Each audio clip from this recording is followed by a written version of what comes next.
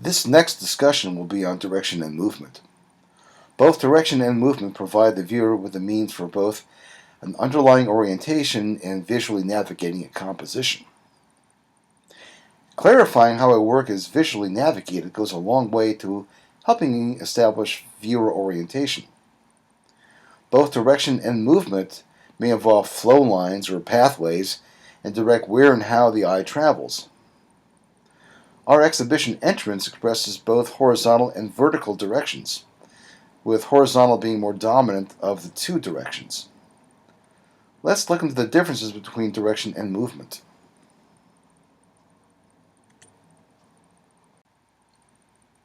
Movement typically involves a more felt, kinetic type of force.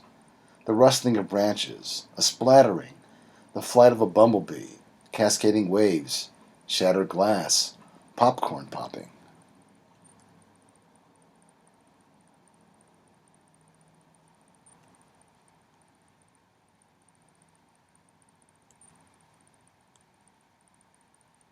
Bala's futurist undulations express movement.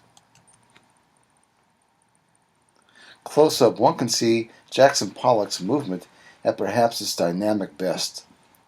Look at the running streaks, the dancing dots, the implied depth by value and color, the rhythm of an eruption, frozen.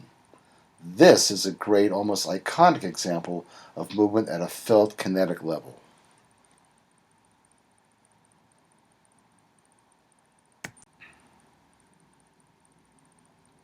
This portrait by David Ochoa is an example of how just the orientation of an image can determine its direction or movement. Everything about the face is centered and symmetrical: the nose, the mouth, and eyes. The centered elements imply a visual direction, a vertical direction. The nose reinforces this verticality. The vertical orientation of the canvas or working area reinforces this direction.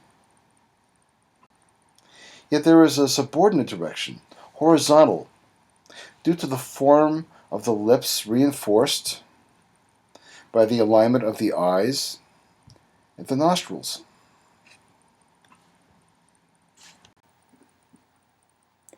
This poster for a women's roller derby event, designed by Brett Lundberg Sachs and Jamie Paul, seems to express a dominantly horizontal direction due to the lay of the white text at the very top.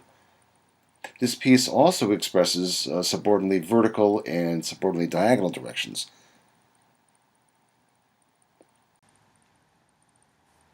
This brochure that I designed for Red Stamp expresses dominantly vertical and subordinately diagonal directions. Purpose.co is a brand communications consultancy based in the UK. Their website presence implies clarity, elegance, in a direct manner, and accessibility. Their website also displays a clear sense of visual direction. The horizontal direction of the text is reinforced by the horizontal rules, or lines, that combine to create a strong visual flow. The flush left alignment of the left column, reinforced by the similar alignment of the right column, establishes a vertical direction nearly equal in its intensity, but nonetheless subordinate to the dominantly horizontal forces.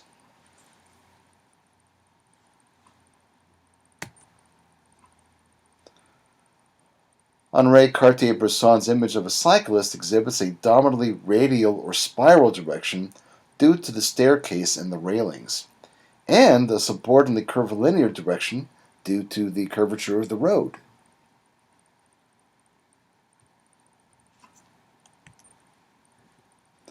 Paul Ascher's poster for Public Theater exhibits a dominantly horizontal direction, expressed by the key art in the center and the information header along the top edge.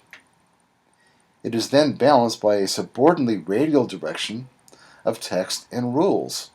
Rules are typographic lines. They're type talk for lines.